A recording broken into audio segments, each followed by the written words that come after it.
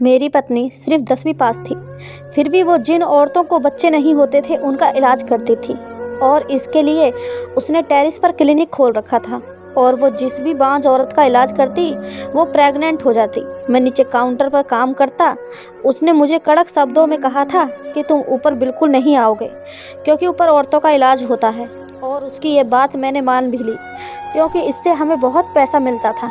पर मुझे हैरानी इस बात की होती थी कि टेरेस पर सिर्फ वो औरतें ही जा सकती थीं जिन्होंने बुर्का पहना हुआ होता था। मुझे अपनी पत्नी पर शक होने लगा और एक दिन मैं बुर्का पहनकर ऊपर टेरेस पर चला गया और सामने जो देखा तो मैं सन्न रह गया क्योंकि मेरा नाम शेखर है। हमारी आर्थिक स्थिति अच्छी नहीं थी, इसलिए हमारा गुजर बसर बड़ी मुश्किल से होता था। मैं पढ़ा लिखा था पर मेरे पास नौकरी नहीं थी और मेरी पत्नी सिर्फ 10वीं पास। पर क्या पता और कैसे मेरी पत्नी ने एक अकल लड़ाई और टेरेस पर एक क्लिनिक शुरू कर दिया जहां वो उन औरतों का इलाज करके जिन्हें बच्चे नहीं होते थे। साल भर तक तो कोई ज़्यादा नहीं आता था। उस एक साल में उसके पास बस 2 ही औरतें आई थीं। पर हैरान करने वाली बात ये थी कि वो दोनों औरतें ही प्रेग्नेंट हो गईं। धीरे धीरे क्लिनिक पर भीड़ बढ़ने लगी। मेरी पत्नी ऊपर उन औरतों का इलाज करती और मैं नीचे काउंटर संभालता था। एक दिन एक पति पत्नी सुबह सुबह क्लिनिक पहुंचे। मैंने उस औरत को ऊपर जाने के लिए कहा और उसके पति को नीचे ही बैठने के लिए कहा। आधे घंटे से ऊपर हो गया था। उसकी पत्नी को ऊपर गए हुए, इसलिए वो ऊपर जाने की जिद करने लगा। मैंने उससे कहा कि ऊपर और भी औरतें हैं, इसलिए आप ऊपर नहीं जा सकते। मेरी पत्नी मुझे भी ऊपर नहीं जाने देती। यह सुनकर वो चुप बैठ गया। थोड़ी देर बाद 2-3 औरतें बुर्का पहने हुए ऊपर टेरेस पर चली गईं। करीब 2 घंटे बाद उस व्यक्ति की औरत नीचे आई।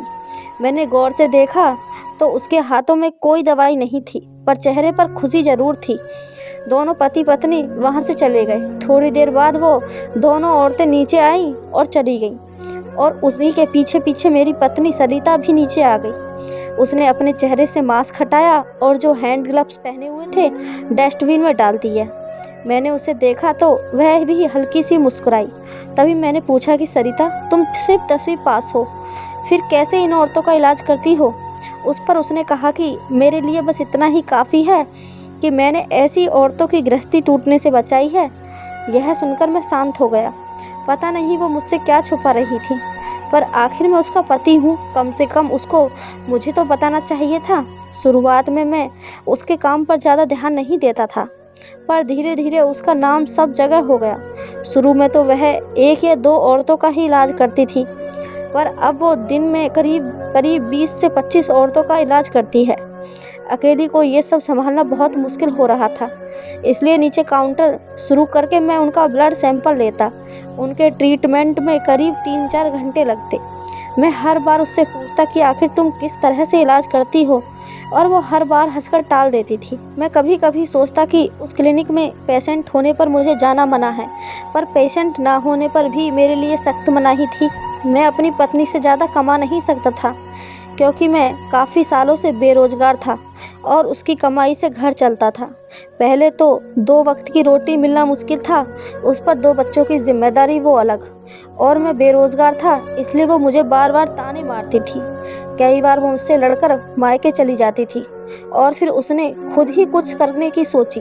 एक दिन वो मेरे पास आई और मुझसे कहने लगी कि सुरेश, मुझे टेरेस पर एक क्लिनिक शुरू करना है। मैंने कहा, तुम सिर्फ 10वीं पास हो, फिर तुम क्लिनिक कैसे शुरू कर सकती हो? वो बोली, तुम चिंता मत करो, जिनके पति बेरोजगार होते हैं उनकी पत्नियां कोई ना कोई रास्ता ढूंढ ही लेती हैं। मैं मुंह सीधा करके वहां से चला गया। आखिर में उसने टेरेस पर 2 कमरे का क्लिनिक तैयार कर ही लिया। उसने कहा कि जिन औरतों को बच्चा नहीं होते मैं उनका इलाज कर लूँगी। शुरू शुरू में मैंने उसका बहुत मजाक उड़ाया, पर वो अपने इरादे की पक्की निकली। मैं पहले भी यही सब जानने में लगा रहता कि आखिर वो ये सब कैसे करती है, पर बाद में यही सोचता कि अगर वो ये सब कर ही रही है तो किसके लिए? अपने घर के लिए ना। मेरे माता पिता को गए काफ़ी समय बीत गया था। मेरी छोटी बहन नैना की शादी को 10 साल हो गए थे, पर अभी तक कोई बच्चा नहीं था, जिसके कारण उसका पति उसे बहुत परेशान करता था और दूसरी शादी करने की धमकी देता। मैंने अपनी बहन के बारे में सरिता से भी बात की और उसने अनसुना कर दिया। और इसके पीछे कारण भी था। शादी से पहले नैना ने अपनी भाभी का बहुत तिरस्कार किया, उसे ननद के रिश्ते के नाम पर बहुत अधिक परेशान किया। मैं भी कई बार अपनी बहन की बातों में आ जाता था और सरिता पर हाथ उठा देता था, और ये सरिता को अच्छी तरह से याद था, और शायद इसलिए वो नैना का इलाज करने के लिए बिल्कुल भी तैयार नहीं थी। सरिता का क्लिनिक बहुत अच्छे से चल रहा था, हमारे पास काफ़ी पैसा आ गया था, पर कभी कभी मैं रात भर यही सोचता रहता कि आखिर सरिता कैसा इलाज करती है, और मुझे नींद नहीं आती। एक दिन एक बूढ़ा आदमी आया, मैंने उसे नीचे सोफे पर बैठने के लिए कहा और उसकी पत्नी को ऊपर भेज दिया। थोड़ी देर बाद वही दो औरतें बुर्का पहने हुए आईं और मैंने उन्हें ऊपर जाने दिया। पता नहीं इन दोनों औरतों को क्या परेशानी थी जो सरिता से दूर नहीं हो रही थी, क्योंकि वे दोनों रोज़ क्लिनिक आती थीं। 3-4 घंटे के बाद वो औरत नीचे आई और उसी के पीछे पीछे ही वो दो औरतें भी नीचे आ गई। वो औरतें जल्दी से वहाँ से निकलने की तैयारी में थीं। तभी मेरी नज़र उन दोनों में से एक के पैरों पर पड़ी। मुझे थोड़ा शक हुआ क्योंकि उसने आदमी की चप्पल पहन रखी थी। मैंने उससे कहा, आप दोनों कई दिनों से यहाँ आ रही हैं, आपकी जो कोई दिक्कत है दूर हुई या नहीं? तभी उनमें से एक औरत बोली, हम यहाँ औरतों का इलाज करने आते हैं। अब मेरी समझ आया कि उन औरतों का इलाज ये दोनों करती हैं और नाम सरिता का होता है, पर मुझे क्या लेना देना था। उतने में मेरी बहन नैना का फ़ोन आया और वो रोते रोते कहती है, भैया कुछ भी करो पर भाभी को समझाओ वो मेरा इलाज करे, नहीं तो मेरे पति मुझे तलाक दे देंगे। मैंने उसे बहुत समझाने के बाद फ़ोन रख दिया और सभी औरतों के जाने के बाद ऊपर टेरेस पर चला गया। मैंने जैसे ही क्लिनिक का दरवाज़ा खोला और अंदर गया, सरिता ज़ोर से चिल्लाई और मुझे बाहर धकेल दिया। मुझे थोड़ा अजीब लगा और गुस्सा भी आया। फिर भी इन बातों को अनदेखा कर मैंने नैना के बारे में उससे बात की। तब वो बोली कि मैं तुम्हारी बहन का इलाज नहीं कर सकती, उससे कहो कि वो किसी अच्छे अस्पताल में अपना इलाज कराए। पर आखिर बात क्या है, क्यों तुम ऐसा कर रही हो? वो बिना कुछ बोले हटकर वहाँ से चली गई। इसी बात को लेकर कई दिनों तक हम दोनों में बातचीत बंद थी, परंतु उसे कोई फ़र्क नहीं पड़ा। आखिर वो पैसे कमाने जो लगी थी, उसकी नज़रों में मेरी कोई कीमत नहीं थी। कुछ दिनों बाद नैना रोती रोती घर आई और कहने लगी, भैया कुछ भी करो पर भाभी को कहो ना मेरा इलाज करने के लिए। आज मेरे पति ने मुझे मारकर घर से निकाल दिया और बहुत जल्द वे मुझे तलाक देने वाला है। ये सब सरिता सुन रही थी, पर उस पर इन बातों का कोई असर नहीं हुआ। मैंने सरिता से के सामने हाथ जोड़े और कहा, नैना ने शादी से पहले तुम्हारे साथ जो व्यवहार किया उसके लिए मैं तुमसे माफ़ी मांगता हूँ, पर तुम उसका इलाज कर दो वरना उसका पति उसे तलाक दे देगा। हाँ तो कोई बात नहीं, हम नैना की दूसरी शादी करवा देंगे, पर मैं इसका इलाज नहीं कर सकती। मैं हैरानी से उसकी तरफ देखे जा रहा था। पर क्यों, तुम इसका इलाज क्यों नहीं कर सकती? ये मेरी कसम है, मैं अपने घर की औरतों का इलाज नहीं कर सकती। और ऊपर क्लिनिक में चली गई।